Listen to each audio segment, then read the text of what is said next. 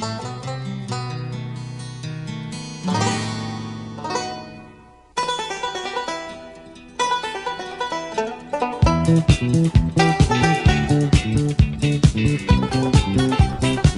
and welcome to another episode of the Cover Zero podcast, the show where I cover the least in the best way possible. I'm your host, Jason Wells. Week 2 of preseason football is officially done. That just means we're another week closer to the start of the NFL season. It is so close. Last week's episode was insanely long. This week's episode is also insanely long. I don't know if it's going to be a two-parter yet. I think it's probably going to be. We did the NFC East and AFC East divisional breakdown. Chu was on the episode. NFC East went very smooth. We started talking about the AFC East. Things got off the rails very quickly. Good episode, though. It was, although I was extremely frustrated, it was a fun talk. This week it'll be the last episode for the divisional previews, and as always, we will start off with the NFL weekly update. I'm not going to do what I did last week and go over one thing from every preseason game. I don't really care that much, if we're being honest, so let's just talk about some highlights or things that have happened. Whatever. Second week of the preseason, don't really care. First week of preseason, I'm invested. Starting off with Cade York. So Cade York, the Browns kicker, kicked a field goal going into half against, I forget who they were playing. Doesn't matter. Posted highlights on his Instagram at half and then proceeded to miss 2 kicks in the second half, and the game ended in a tie. So, not a good look for Cade York. Browns might be looking for a new kicker, I think anyways. He's already missed a couple field goals in preseason. He wasn't that great last year. Could be the end of Cade York in Cleveland. A lot of the young quarterbacks have really stepped up in the preseason too. Kenny Pickett has been playing very well. Jordan Love has been playing very well. And rookie Aiden O'Connell has been playing very well. I'm just going to start calling him AOC from here on out. But yeah, the Raiders might have found their QB of the future in AOC. Talking about another young quarterback. He's going into his 3rd year, though. Not even the starter, but Zach Wilson was productive. It was nice to see. He didn't make a ton of doy plays. He checked down a lot, but he did have a crazy scramble. And that's what you like to see out of Zach Wilson. That is kind of the big play ability, or he has that ability with his legs. I think he's still relatively a dumbass, but who knows? Maybe him sitting behind Rodgers for the next 2 years will be good for him. We'll see, though. Rodgers said that, he's just going to be there for the next 2 years, and Zach Wilson will be the starter for the next 15. Very fine by me. Very fine by me. The Commanders officially ended the Baltimore Ravens 24-game preseason win streak last night. Last night being Monday night. I saw people on Twitter being like, oh, it's not a big deal and blah, blah, blah. The Commanders, they all wanted to win that game. They wanted to end that streak. I think they played their starting offense for the whole first half against the Ravens, the second and third stringers, and I think they only ended up winning on a game-winning field goal. Either way, that streak is done. Crazy that it lasted that long anyways, but we'll keep moving. It was broken yesterday while I was recording with Chu, so we kind of get some instant reactions from it, but the Colts / Jonathan Taylor are exploring their trade options. It'll be interesting to see what he gets dealt for. I think Jim Irsay wants good compensation for him, even though he said that he's not valuable. Dime a dozen. They weren't going to pay him anyway, so I don't know how you get good value when your owner is openly talking about, we don't want him anyways. It's fine.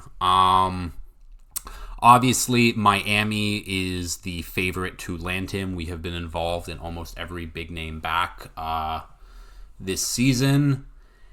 I'm kind of have mixed feelings. Obviously, we should have picked him over Noah Igbenogany anyways, but I'm more just like, I don't know, do we give him an extension? He is only 24. I wouldn't mind giving him an extension. I do think he's that good. It's just we have so many other guys that we need to pay. It's just whatever the compensation would be. I think that's all that matters. Other teams that could be looking at Jonathan Taylor. So after the Dolphins, the Bears have plus 400 odds. I don't really see why they would do that. I like their stable of backs right now with Khalil Herbert, Deonta Foreman, and then rookie Roschon Johnson, who has also been performing well this preseason. They got the Ravens plus 700. That's an interesting one. I think Dobbins is still holding out right now. That would be a massive fuck you to J.K. Dobbins, but given the injuries to that position over the last few seasons for the Ravens, wouldn't be a bad idea. Would be a very, very fun offense for sure. The Broncos come up next. Javonte Williams coming back from a major injury, but it's also like, I don't know. I would trust Javonte Williams. I don't know why these teams would trade anything. Again, the running back position is so devalued right now where just talking about who would trade for these guys, it's just like, why would you? There's so many good free agents next year. There's so many good rookies also coming into the draft next year. It's the running backs got to figure it out, but that's a talk for another time. Next note up, Jackson Smith-Njigba, the rookie wide receiver for the Seahawks, is getting surgery on his wrist. He hurt it in the last preseason game. I think they played the Colts or something. I don't know. Either way, hurt his wrist. He needs surgery on it. They don't know what his timetable will be until after the surgery. They're only hoping that it's a few weeks, but not a great start for the Seahawks. I don't know why. A lot of people have been getting injured this training camp. I feel like a lot more than usual. And not like big injuries. There have been a lot of big injuries too. But just like little things where, a guy's going to be out for a few weeks. I don't know. Maybe I'm just paying attention more now because I have to do a podcast. But I feel like way more people are getting injured this preseason training camp period than years prior. I don't know. Maybe let me know if I'm wrong, or if I'm right, also let me know. Couple signings here. Probably the best free agent left on the market. Jadeveon Clowney has signed with the Ravens. Very good move from the Ravens, especially considering I didn't know how good the edge position was going to be for them. Obviously, they're relying on Odafe Owa and David Ojabo to be their future building blocks at the edge position. Clowney was the first overall pick way back in 2014, I believe. Never really lived up to his billing. He is a great run defender. He's been one of the best run defenders in the league since he's got here. Just his pass rush ability never really translated over from college, but great veteran to have in the room, especially with Ojabo and Owe.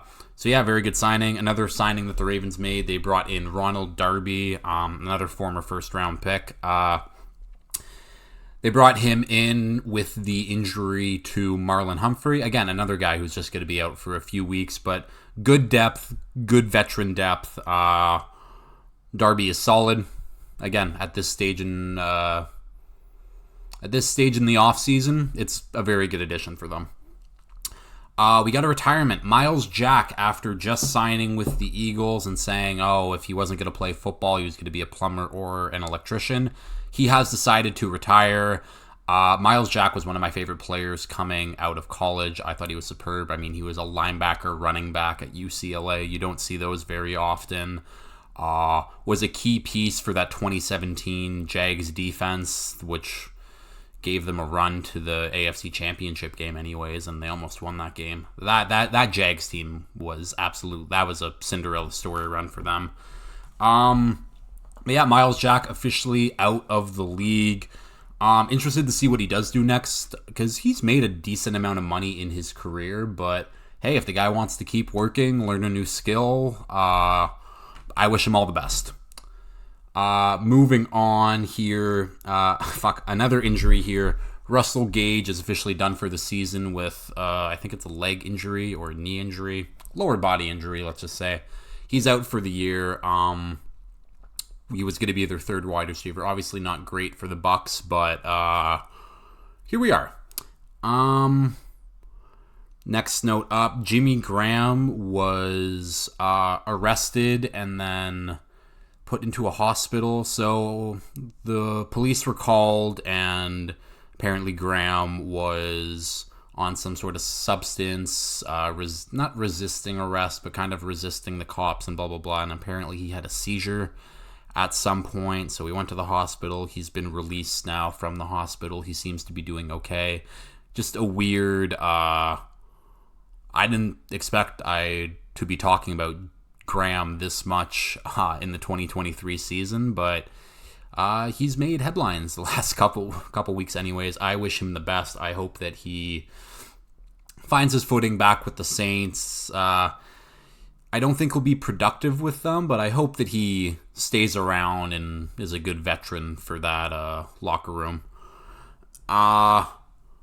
Former NFL player, former edge player. Where did he play? He played for the Bears, the Cowboys, the Rams, the Dolphins, Robert Quinn.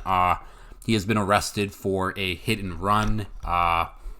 He allegedly ran into 4 cars and a gate and then drove off without leaving any information. He has since been arrested.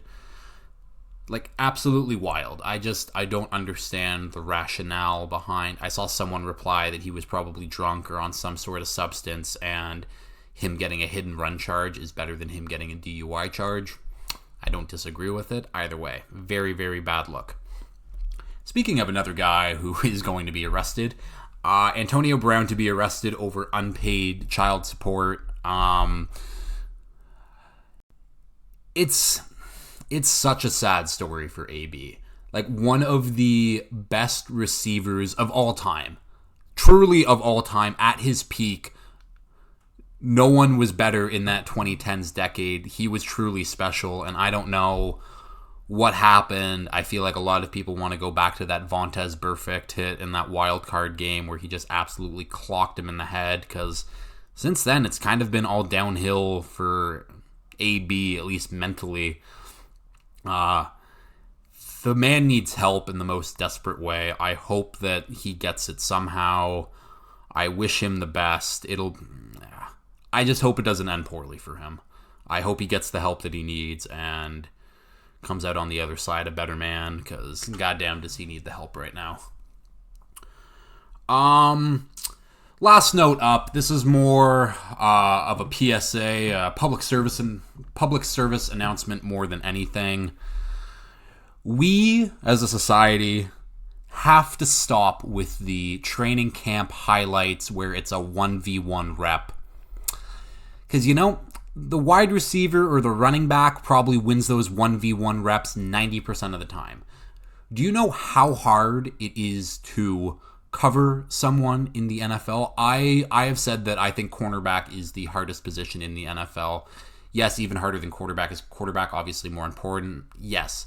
But I think being a corner where you have to shadow what this athletic freak in front of you is doing and mimic his movements and react to his elite reaction time as well and his elite cuts. Yeah, it's just I'm so annoyed and people being like, "Oh, look at Michael Thomas cooking Derwin James," and it's like, okay, he runs like a double move, and it's like, I don't know. A lot of it's double moves. Just, I don't know. The one-on-one clips don't do anything. Obviously they're enjoyable to see, but it's just like people take way too much stock and be like, oh, this guy's cooked. Oh, this guy's going to be incredible. It means absolutely nothing. 1v1 reps mean absolutely nothing. Unless the DB knows what route the guy's going to run, doesn't really matter in my opinion. Okay, that'll do it for the NFL weekly update. We will move over to the AFC and NFC breakdown, and this will be a two-parter now that I have done this intro, because I know that I've almost recorded for 2 hours yesterday. This is about 15 minutes, so it'll be a two-parter. We'll start with the NFC, finish with the AFC, and yeah, we'll go from there. Okay, division preview time. Last two divisions finally wrapped up. NFC East, AFC East, and of course, who else would join me but Chu? We'll talk about the Patriots in a little bit, though, but how are we doing? how we're in the preseason. We'll get to talk about your boy Pop Douglas shortly. But how are things going? Oh, it's going. I mean, oh, okay, there we go. Yeah, no, it's going. I mean, the last preseason game, there was a little scare there with our boy Bolden. He's good though. Uh, movement in his extremities, just a concussion. Yeah, So that was a little scary, but uh, preseason's going. Bill's already talking about comparing football players to Taylor Swift. So he was at the Swift concert yesterday, or I don't know when the concert was, but he must have had a good time. And yeah, I can't wait yeah. for the regular season. Get this thing going. We are so close. I cannot wait. Fantasy drafts right around the corner too. Yeah, I guess let's just get right into it. We'll start off with the NFC East because of course we have to save the best division in football for last. Not saying the NFC East is really a slouch because I think there are four very good teams, not very good teams in this division, two very good teams, two good teams. Uh, I do think that every team in this division can make the playoffs, but we'll talk about that at the end. Let's start off with the Washington Commanders. Commanders finished 8-1 last season. I think kind of unexpected for them to be around that level. Carson Wentz clearly was not the guy. I mean, he's not even a QB going into the year. Taylor Heineke came in, did just as much as he could, but I mean, they were almost a playoff team. Just one win against the Giants would have put them there.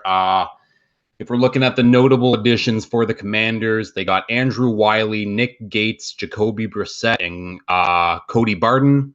Notable losses, they only lost Cole Holcomb and Taylor Heineke. Uh, let's start off with the good for the Commanders.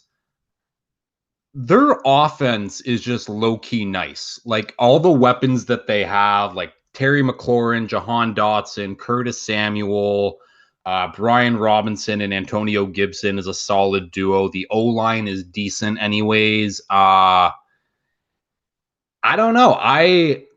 This is a good Commanders roster. I just think that and we'll talk about their QB woes potentially in a bit, but we're here to talk about the good. And I think this is just good roster overall.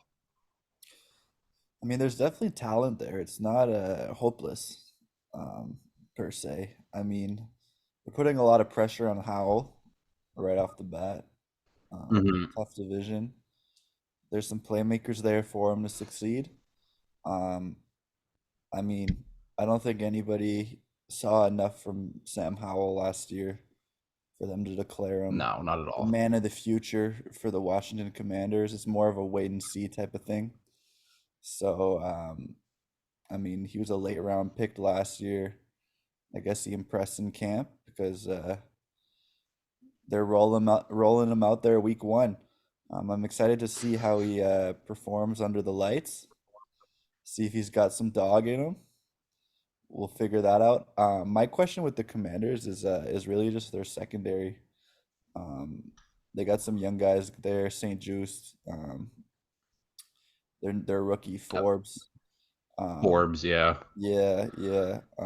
The safeties, Still, work in progress. I mean, they're gonna have to find some cornerstone pieces in their secondary. So hopefully that Forbes can perform mhm. because I mean they took him before Gonzalez. So Yeah, I think uh, yeah, which it's gonna be fucking crazy. And I mean, we will talk about that very yeah. shortly. So Uh yeah, no, I yeah. mean, Go ahead. no, go. I was just gonna say clearly they got Okay. a lot Like, of confidence in Forbes. Yeah. yeah. No, and that's the thing. They need Forbes to play well immediately because, yeah, that secondary is weak. That front seven, though, that front seven has been one of the best front sevens in football for a while now, obviously, with guys like Montez Sweat and Jonathan Allen and Deron Payne, who got a huge bag this offseason. And they're just kind of hoping that Chase Young becomes that guy that they saw in the rookie season. There was rumors that he was potentially being shopped. I don't know if that's someone who could be moved at the trade deadline if the Commanders aren't liking where they are and they're like, okay, we might be in contention for one of these quarterbacks coming out if Sam Howell also isn't that guy. But defense is really good. The weapons are good. The offensive line is pretty good. And then I think the last good thing I'll have to say is they brought in Eric Bieniemy to be their offensive coordinator for this year / assistant head coach. There's already been some players being like, oh, he's like such a hard ass and blah, blah, blah. But it's like in football, you have to be a hard ass. Everyone has to be on the same page. And I mean, fuck, Washington hasn't had any, like quite literally any good football teams this century. They've just been middle of the pack the entire time. Maybe bringing in a guy like the enemy to finally kick it in the gear, kick their ass. I'm fully expecting him to be the head coach this time next year. I think Rivera's going to retire. Yeah, let's talk about the bad quickly on this team. And we can talk about that quarterback position because we've already talked about it a little, but yeah, Sam Howell flashed a little bit in the one game he played in last year. He might have got into more than one, but it was just kind of, he looked pretty good. He has the offensive weapons to like around him to be good. Jacoby Brissett looked decent last year for Cleveland. He looked way better than Watson did when Watson came back from his suspension, but like that's truly the issue with the Commanders is their quarterback play, which I feel like I can say that for a lot of NFC teams. But if Sam Howell ends up being a pretty decent starter for them, I don't know. I can definitely see the Commanders making the playoffs. But if Sam Howell just stinks, if Brissett comes in and is just okay, this could be. It's hard to say a bad team, but like they'll be what they were last year and is just like okay. They'll be a tough team to play against, but no one should be worried about them at all. Yeah, yeah. Well, another thing with the Commanders is the division's so tough, right? So they're gonna have Mm-hmm. to beat the Eagles at least once. They're gonna have to beat the Cowboys probably at least once or twice because I mean the division games are are gonna probably be the difference maker on who from this division is able to sneak into the wild card, maybe win the division, and who doesn't. So Mm-hmm. it's gonna be a dogfight between all these teams. Uh, One thing that I do really like with the Commanders is their receiving core is up there. Now, Jahan Dotson is gonna have to stay healthy for a full season. Mm-hmm. That's one question mark because he wasn't able to stay healthy the whole year last year. He's a smaller receiver, first round pick. Let's see if he can stay on the field, stay healthy, because him and McLaurin can really make some noise if they're able to stay on that field. The O line, as you said, is good, but they're gonna have to have some of these young guys step up. They could do got some young guys on their roster that they're gonna have to develop into real good football players. So it is really just a question mark year for the Commanders. See what they can do, see which players can live up to the hype, um, see who they're gonna invest their money in for the future. Because Chase Young needs a bag soon, and he hasn't really performed. He played a good rookie year, and that's about it. So I know you said there was rumors that he might get moved this offseason.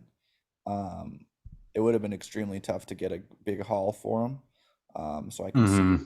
why they didn't move him. I mean, teams investing a bunch of first round picks into a guy who hasn't delivered from the second overall pick spot yet. Um, it would have been a big haul for a team to really pull the trigger on that move. So let's see what the Commanders can do this year. Um, Mm-hmm. I'm not expecting to see them in January, but I mean the talent is there, No. so yeah, Yeah. we'll see. Let's just quickly talk about floor and ceiling then before we move on. I have their floor as basically what they were last year. Like, I don't think that I think their QB position did get better. Like, Taylor Heineke is not an NFL starter. I think he's fun, but I think that's just kind of where it stops. Wentz was absolutely garbage. Sam Howell and Brissett are an upgrade over what they had last year, and they still finished 8-1. Uh But yeah, like that's like they should be around 500. So that's 7, 8, 9 wins. And the ceiling, things go right, they could push for the playoffs. But I think that more than likely it'll be wild card and then you're out. You'll Mm, get your playoff game, but you're not going to win it. That's for sure. yeah, if Jake Fromm starts any games this year for the Commanders, you know how the season went. I didn't even know that Jake Fromm was even their like third string QB. That's nuts. Yeah. Good for him for still hanging around because people thought that he was going to be like the next great thing in this league, and he flamed out in Georgia very, very quick. Uh, okay, we shall keep going. Next team up, the New York Giants, the surprise team from last year, finished 9-7-1, got a playoff appearance, got a playoff win in Brian Day's first year as a head coach. I think I was fully expecting this team to be top 10 pick, maybe a top 5 pick. I thought Daniel Jones was going to be done. They would have picked a new quarterback. I was shocked. Brian Dable, talk about him more in a bit. I'll start off with the notable additions. Darren Waller, Bobby Okereke, Rakeem Nunez Roaches, Ashawn Robinson, and Paris Campbell. Notable losses, Nick Gates and Julian Love. Let's talk about the good from this Giants team, and I'm just going to start it with the guy. Did he win head coach of the year last year? Who won head coach of the year last year? As you're vaping and on mute, but yeah. It was it was Dable. It was him or Sirianni, no? I think so. I just know that I kept being it should be Dable because no one expected the Giants to be anywhere near they were last year. Either way, Brian Dable is an absolute stud of a head coach doing what he did with that Giants team last year. It was truly, I mean, Saquon ran the offense quite literally. And Daniel Jones was decent, pretty good. Oh, Like I think the Walmart version of Josh Allen is a very fair comp. yeah, I like that one. I like that one. Yeah. But this is I had no idea that Brian Dable was going to be that much of a success. I think that the Chargers really regret not bringing in Brian Dable when they could have and bringing in that loser Brandon Staley.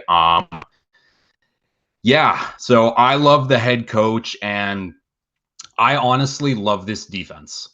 This defense is very, very good. Like just their front four now, like Ashawn Robinson, Dexter Lawrence is the best nose tackle in the league by a mile. No one generates the amount of pressures from that spot like ever. Like nose tackles don't get to the quarterback usually. He does. Leonard Williams, and they got Kayvon Thibodeau and Aziz Ojulari on the other side. It's I don't know. Like this could be a very, very good defense, and I think everyone's just kind of sleeping at the Giants right now. Well, I'm sleeping. Um, I got the Giants coming back down to earth this year. They do got some promise on defense. I do like the front seven. Thibodeau, I think will take another step up this year. He was solid as a Mm-hmm. rookie. He's gonna be a Pro Bowl type player this year. I would say. I would assume with what I saw last year. Daniel Mm-hmm. Jones. That's the problem I have with the Giants. Um, he what's he gonna do now that he has his money and he's got a little more confidence? The fan base is a little bit behind him again. The expectations are higher. He can't Yeah. he can't play horrible in big games or he's gonna get flamed. He's gonna be under some pressure this year, especially in New York. And I don't know if you're Mm. seeing what's Oh, going on in New York with baseball right now. Both those teams, lots of pressure, lots of expectations. Top five payrolls in the league. The Yankees and Mets are both not even close to making the playoffs. And I think we're going to see something similar in the NFL this year with a lot of expectations. Giants, Jets. The media is going to be going crazy. And when a couple games don't go right, that media is going to pick up. There's going to be a lot of tension in the locker room. I do like the addition of Darren Waller. I think it was a good move to bring him in, give another big body target Definitely. to Daniel Jones. But I don't think there's enough firepower on that offense. I mean, they're rolling out Hodgins, Slayton, and Jalen Hyatt, I think, or something. So um, Hyatt's going to be a work Yeah. in Yeah, progress. no, I'm definitely. Yeah, no, I'm taking a look at the depth chart right now. They got their three starting wide receivers as Isaiah Hodgins, Darius Slayton, and Paris Campbell right now.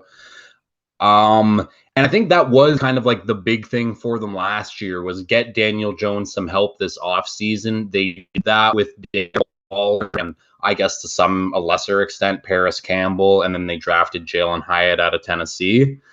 Uh it still doesn't really move the needle for me though. Like I love Darren Waller, but I don't think that Darren Waller is that Darren Waller that we saw back in 2020 with those 1,000-yard seasons. He's just kind of been hurt the last few years. I hope he gets back to what he is because he is a great player, but the Giants just kind of have a bunch of like second and third string or third string wide receivers. Just Darius Slayton, Paris Campbell, Isaiah Hodgins, Wandale Robinson, Jalen Hyatt, Sterling Shepard is still kicking around, Cole Beasley, Jamison Crowder. Like they got a lot of guys. They got a lot Cole of Beasley. names. None of them are really great. But I guess it's better for Daniel Jones. And this like Daniel Jones needs to prove that he can carry the load of a team by himself because the entire offense really just hinges on Saquon. And if Saquon gets hurt, Matt Breida is the backup. Matt Breida in the year 2023, not that guy. He was never really that guy. He flashed in a few years in San Francisco, but going from Saquon, one of the most dynamic offensive weapons in the NFL, to Matt Breida is one of the steepest drop-offs you'll see. Especially Yeah. with the amount of good running backs that are still available in free agency. I don't know what the fuck the Giants are doing.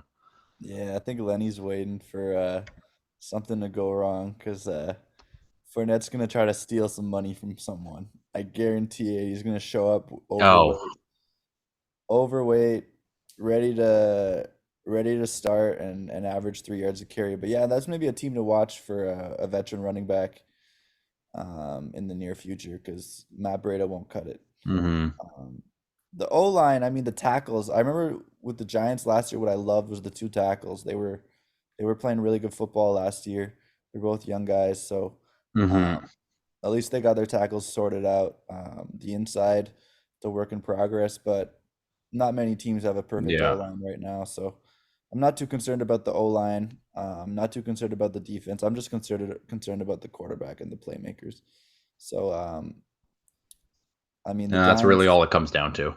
Yeah, I mean the Giants. They're not going to be picking top five, but I'm again. I don't think we're going to be seeing them in January. No. Yeah, I guess we'll just get into floor and ceiling again. Like their floor is going to be basically what they were last year, around 500, and that was good enough for the playoffs. Because like it's The crazy to say they floor? finished 9-7-1 last year, and they added three new starters to their team, and then two more really good depth pieces on defense, on top of all the other guys who I don't really care about, but whatever. But it's hard to say that they'll be better and they'll be a playoff team just of how good. This is a weird year football wise, I've found, where there's not a lot of bad teams. Like everyone is seemingly trying to compete for a playoff spot this year, where usually you can pick out like five teams that are being like, okay, you're not going to be great. You'll finish with 5-6 wins, whatever. But and then obviously ceiling for Giants, they can make the playoffs again. But I think it all hinges on Saquon and him for some reason not getting a deal from them, even though he is their entire offense. Yeah, I got floor for the Giants is 5-12.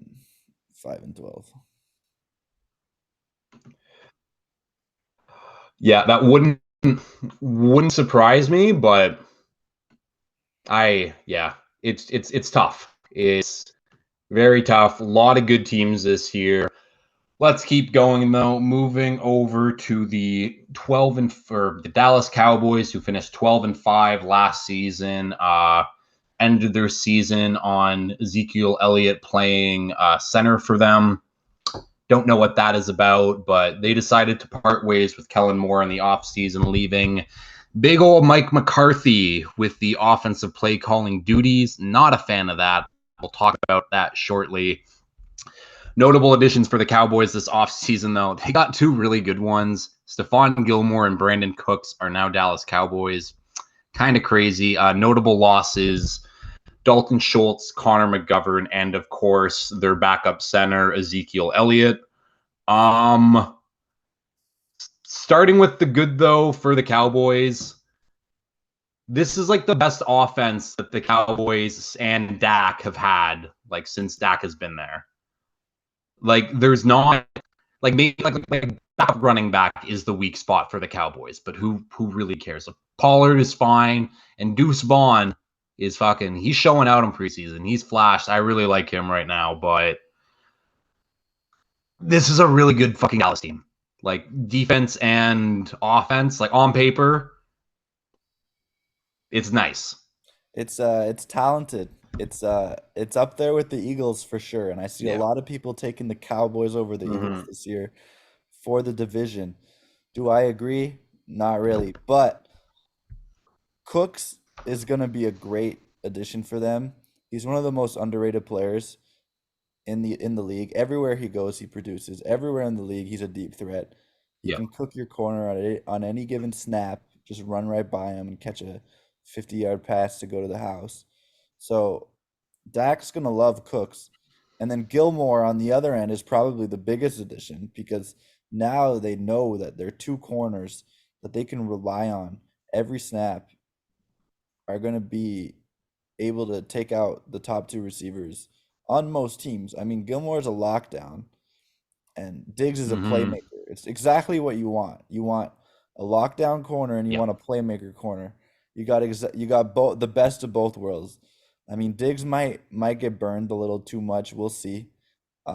He is prone to giving up the deep ball on a double move or so. He is prone to jumping a route and not making a tackle because he's trying to make a play, which is fine when you do make plays. So as long as he's still producing and Mm-hmm. forcing turnovers, I don't have a problem with him playing super aggressive, especially now that Gilmore's on the other side. He can kind of just go back to who he is as a football player, and that's a playmaker, and let Gilmore be the number one lockdown corner. I'm assuming they'll have Gilmore on whoever the number one is, and then Diggs just let him play that cover three and try to jump routes and make plays. So we'll see how the coordinator, the defensive coordinator, who's their coordinator right now. I'm blanking. Dan Quinn, who probably Dan should be Quinn. getting a Yes, head there we coaching go. He job, should if be a not head the coach. Cowboys' head coaching job once McCarthy gets fired. Yes, yes. So Dan Quinn Um, should be the head coach. You're right. yeah, Yeah. yes. Um, One last shout out for the good before we start talking about what I don't like about this Cowboys team. Micah Parsons is a freak, one of the best defensive players in football. And the Cowboys are finally just letting him play edge instead of taking those few pass coverage snaps that he has been. He added on weight this offseason, which is honestly frightening given on how good he's already been. This could be like another level of Micah Parsons this season that we just have not seen yet. I think he's going to be my bet for DPOY. I think that's going to be next week's episode. We'll talk about awards and some future bets and stuff like that. Sneak peek there, but have to talk about Micah Parsons because he's absolutely fucking incredible. Of course. Um, yeah. Let's talk about the bad, and it really all comes down to Mike McCarthy, and Mike McCarthy is going to be the play caller here. Um, Part of the reasons why him and Kellen Moore didn't want to get along, or didn't get along, was because Mike McCarthy wanted to run the ball more than they did. I'm trying to remember what the number was. I think they were like a borderline top 5 rushing attack last year with Pollard and Zeke. And Mike McCarthy wanted to run the ball more. Mike McCarthy still thinks that it is the 90s, it is the 80s. He thinks that having a really good running game is better than having a really good passing game.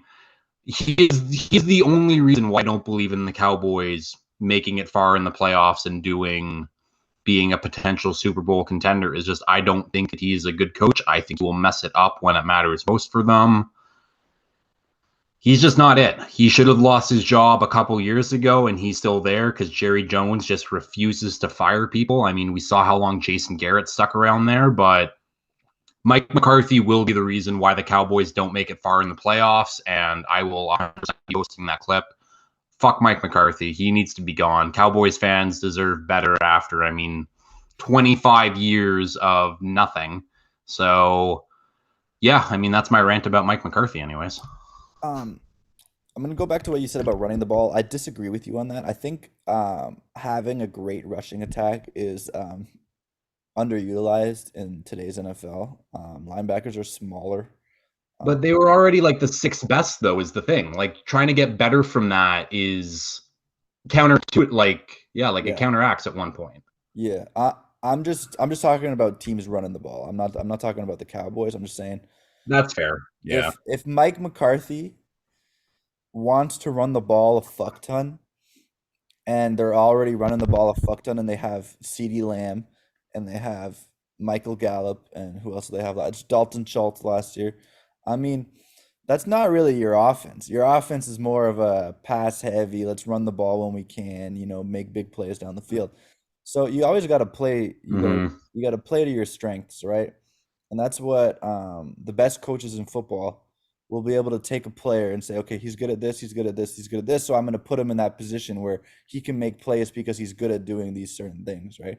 If Mike McCarthy is trying to take a Yeah. roster that's built to throw the ball down the field and he wants to turn it into the Chicago Bears of the 70s, like it's not going to work out. So um, No. we'll find out this year because they don't have the depth chart.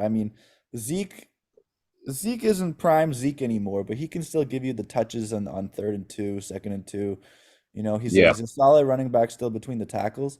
So now with him gone, I have no idea how this Deuce Vaughn kid is gonna play.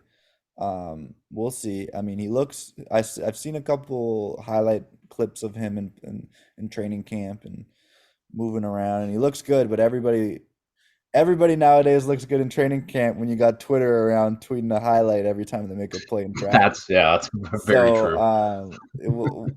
we're gonna find out what type of team the Cowboys really got.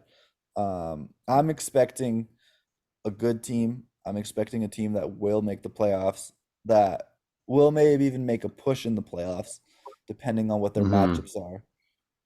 But it's Yeah. really going to come down, as every team, as we've said with the Commanders, as we've said with the Giants, it's going to come down to the man taking the snaps under center, and Dak has to have a better year than he did last year. He threw way too Yeah. many interceptions for the amount of money he's getting paid. He's got to step up. He's got to play like a franchise guy. And last year, I I I sold a lot of stock in Dak last year. I thought he was going to be a lot better than what he was. So it's up to number four.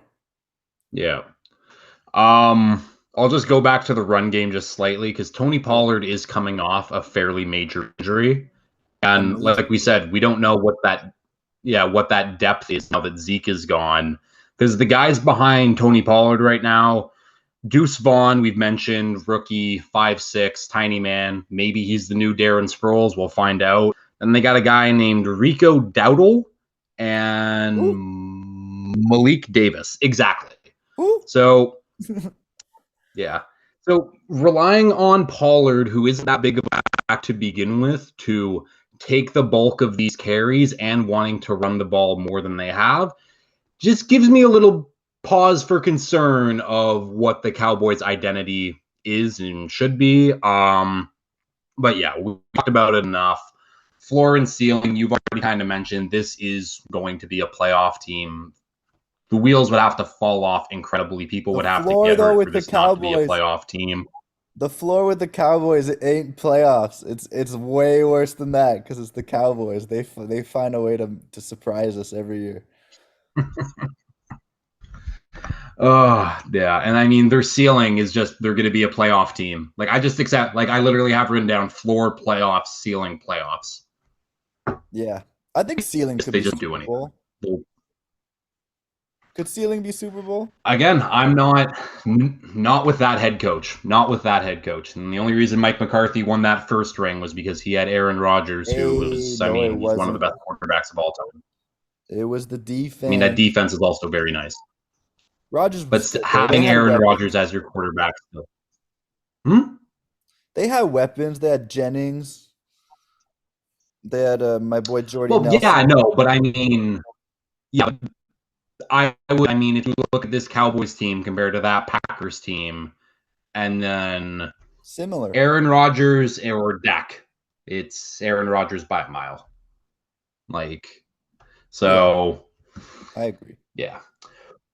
We can keep moving on though. Last team, the Super Bowl runner-ups. I think they were the 1 seed overall. The Philadelphia Eagles. They went on an absolute run last year. Jalen Hurts proved to be that guy, MVP candidate. Was just a crazy year. Notable additions for the Eagles this offseason: DeAndre Swift, Rashad Penny, Marcus Mariota, and Terrell Edmonds. Nothing that great. Notable losses, anyways. This is quite a lot. Javon Hargrave, Andre Dillard, Isaac Suamalo, Chauncey Gardner-Johnson, Miles Sanders, TJ Edwards, Marcus Epps, Gardner Minshew, and Kaiser White. Despite all of that, I still think the Eagles have the best roster in football, which is nuts considering they probably lost six. I think 6 of those guys were starting for them last year, and they're just fine. They're just going to Yeah, repeat. Those guys that and they they actually drafted are going improved to come their up, play well. they actually Hmm? improved their running back room by a lot. Yes, I completely agree. Yeah, I mean they which went from Miles which is Sanders and also Boston Scott to two better guys than Miles Sanders. that might be. I mean, Swift and Penny have just been band-aids their entire careers. So is Mhm. Miles Sanders a little bit, but Miles Sanders really showed out last year. But uh yeah, no, this is a very, very good Eagles team. That run game, we both agree, is definitely improved because it's DeAndre Swift, Rashad Penny, and Kenneth Gainwell. Kenneth Gainwell is pretty good in his own right, too. I don't know who's actually going to get the bulk of the carries. I feel like they'll just have a rotation going, probably try to avoid that in fantasy a little bit. A.J. Brown and Devonta Smith, one of the best wide receiver duos in the league. Dallas Goedert, very, very good tight end. And the offensive line, even though they lost Isaac Suamalo and Andre Dillard, who was just kind of depth for them at tackle. Cam Jurgens, who is going to be their future center, he slides in at guard. And then Jordan Mailata, unreal. Landon Dickerson, unreal. Jason Kelsey, future Hall of Famer. Lane Johnson, future Hall of Famer. Hard to. Best O line in They're just football. good. Yeah, Yeah, by a mile, I would add to. And then even with those losses on defense, they somehow find a way to replace Javon Hargrave with Jalen Carter, who's probably better? and he might be. And then even then, they still have so ESPN on the depth chart, anyways, has Jalen Carter starting over Jordan Davis. Those guys will be on the field with each other, rotating in with Fletcher Cox. Then they bring in who else? Nolan Jacoby Dean's gonna Smith start, huh? got depth edge for them. Hmm? Jacoby Dean gonna start. Nolan? No. I don't think so. No, I thought With I Brandon saw a Graham tweet and about. I thought I saw a tweet about him. He's gonna be a starter. It could have been bullshit. that would be. I'm trying to read their depth chart properly here. He could be a starter because I think that their will linebacker is Nick Morrow, who Here, solid, but yeah, because yeah, ESPN has him the second string behind Reddick there, but uh either way, yeah, defense still really fucking good. I can't wait to see what our boy N'Kobe Dean can do last year He's listed as their starting middle linebacker for them. I don't know. They just got guys everywhere on this team. Like it's really hard to pick apart what the Eagles like, where their weak spot is on this roster. Like, oh, their Yeah. corners are a little older. Boo hoo. Like fuck. Uh yeah, and quite literally, I have nothing bad to say about the Eagles. I have one bad thing, and it's they lost a ton of depth on their team because that And they still was have a fuck ton part of of the depth. reason why. Yeah, Like, and I they're mean, still if you like, look at, go ahead, go ahead. oh no, but it's like yeah, like they lost a ton of depth, but they also like their rookie class is absolutely unbelievable. Like you lose Javon Hargrave, you draft Jalen Carter to be his replacement, and even though you drafted Trim Davis, who is going to be that guy's replacement anyways, um, Nolan Smith at the edge. Brandon Graham's getting a little older. He'll probably take over some snaps there. Josh Sweat too. He'll either way. Lost Chauncey Gardner starting for them at safety. I think he will get that starting safety spot over Terrell Edmonds too. But that just means Terrell Edmonds, former first round pick, didn't really pan that much. Yeah, like they somehow lost all this depth, but they still have depth at almost every position. So Yeah. I don't know. This is a really good Eagles team. I think people kind of expected them to fall off, and they did the exact opposite. If anything, they might have been better, which is insane. And I'd say they even improved their backup quarterback from Minshew to Mariota because Mariota fits that offense much better than Minshew does. So if Hurts goes down for a couple games, I think Mariota can He hold him does, down. but Mariota looks like absolute shit. Yeah, Oh yeah? didn't they? I think they also drafted. I, I think that Mariota did, yeah has not looked good. At least in that first week of preseason games, he did not look Okay. good. But I mean, after Mariota, you got Ian Book and Tanner McKee. So, woo. Ian Book. I don't know. Let's just talk about floor and ceiling. The floor for this team is a playoff team. Yeah, There is zero chance the Eagles don't make the playoff. Catastrophic injuries. So, floor is playoffs. Ceiling Super Bowl champs. I think simple as that. I agree. I agree. I love what No disagreements there. no, I love what the Eagles put together, especially on defense. I mean, I think they have a lot of depth on defense. I mean, Jordan Davis, Jalen Carter, Fletcher Cox, like those are three interior D linemen that would be the best interior D linemen on most teams. So, well, Yeah. assuming Jordan Davis is gonna take a little step up here. I mean, he wasn't too impressive last year, but he didn't really play much, so you can't take away No. too much from him. Jalen Carter, I'm sold. I think he's the best player in the draft last year, um, and he went to the Eagles, who almost won the Super Bowl. So, how fair is that, right? But yeah, I don't know how they let Jalen Carter slide to him, and I don't know how they let Nolan Smith get to the Eagles at whatever 30 or whatever it was. So, Well, at least with Jalen Carter, you can kind of explain it because he well, did yeah. have like the off-field concerns from Georgia and whatever. But Mhm. like, I don't know what the Lions were thinking and not picking Jalen Carter at 6 and instead of trading down for Jameer Gibbs. But that's a whole other story. And I like Jameer Gibbs, but I just think it's a weird thought process in general. Okay, let's move on. Division awards. I know I kind of sprung this on you last minute, but let's just get right into it. Breakout player. I have for breakout player, I put Rashad Penny down. Rashad Penny's obviously been hurt the last 2 years, but when he has played, he has averaged more than 5 yards a carry. That was behind the Seahawks offensive lines, which have been notably pretty bad over the last couple years. He's now going to be behind that Eagles offense line.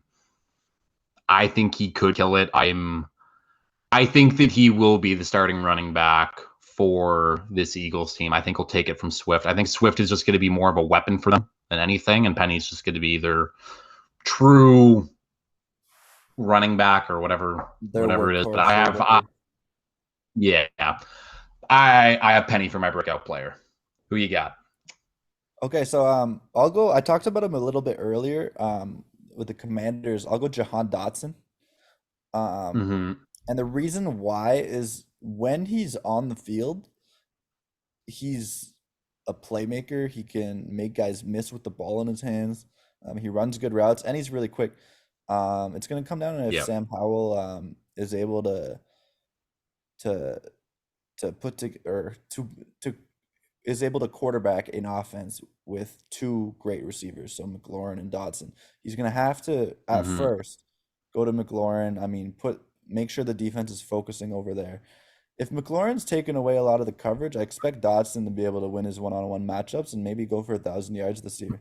So I'll go Jahan Dotson, and I'll say that he breaks 1,000 yards and gets pretty close to 10 touchdowns. I think Jahan Dotson might be a nice little waiver wire pickup at some point through the year if you're playing fantasy football. So I'll go Jahan Oh, I Dotson, mean, breakout player.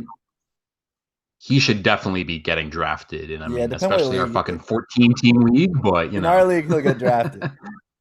yeah, yeah, for standard 10 team, Yeah, maybe I think he's still probably should, but yeah. yeah, I know that Dodson's like season long touchdown total, I think is set at like 4.5 or 5.5. So if you can find that line and bet the over, I mean, fuck, you think he might get 10. So, There you which go. yeah, if I see that line, I am definitely going to take the over for it. Offensive rookie of the year, really not a lot to pick from. I'll go with Jalen Hyatt from the Giants.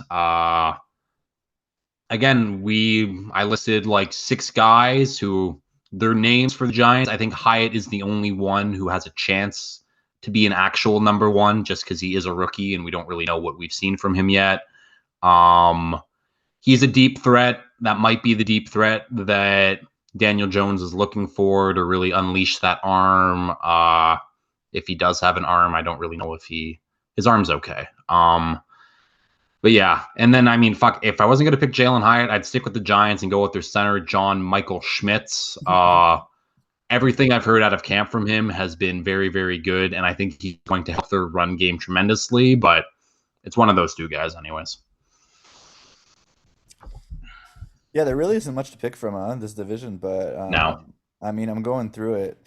We'll go. Let's say Deuce Vaughn has a little nice campaign. Is he a rookie? Yeah, he is. There we yeah, go. yeah, yeah, yeah. We'll go He's Deuce already. Vaughn, I like rookie that. of the year. I like that. Defensive rookie, I think this is going to be pretty easy. It's Jalen Carter. Like, Yeah, who very else would you easy. really pick? Very easy. Um, Well, yeah, I mean, if but Forbes maybe. He I looks good. I just don't think that Forbes is good. I didn't like him coming into the draft, and the fact that he got drafted ahead of Gonzalez was fucking insane. But he needs to be what he did in college and be an absolute ball hawk. And I think most of Yeah. those interception colleges were off tip balls anyways, and were really his doing. So whatever. Also, shout out to Sidney Brown, who I think will have a big season for the Eagles in their secondary as their starting safety, because I think that he will get that role. Mm. Um, Offensive player of the year, I'm gonna go with an Eagles receiver. It's not going to be AJ Brown though. It's going to be Devonta Smith. I just think that Devonta Smith is going to have an absolutely crazy year. Partly because I think the teams are going to be focused on AJ Brown more than they were even last season, and that just is going to open things up for Devonta Smith to run. I mean, the guy's one of the best route runners in the league, even at his young age.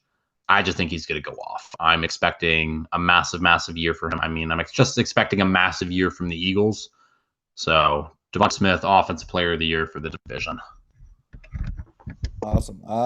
That's a great pick. I'm super high on Devontae Smith, so I probably would have picked him, but I'm not going to be boring and pick Devontae Smith as well. So I'll go to the Cowboys because they're the other good offense in the division. And Yep. I'll say Brandon Cooks just snaps, and you see a little I bit hope so. of the New England Patriots and New Orleans Saints style Brandon Cooks that we saw a few years ago. Um, I Mm-hmm. think he's finally playing with a quarterback that doesn't suck. So I think Dak and him will make it work. I mean, I just saw him flying a plane with I think it was Gilly and someone else on the Cowboys. Did you know Cooks can fly a plane? That's No, that's that's yeah. So he's a wild. I mean, pilot. especially with the amount of head injuries that man has. Yeah, yeah, yeah. So he was flying. He was giving him a tour of a stadium with the boys. So he's clearly involved in the locker room and trying to uh to be a good teammate. So well, he almost killed his teammates maybe, but I'll go Brandon Cooks, Good for him. offensive That's player. great. Though it's hard to be a pilot.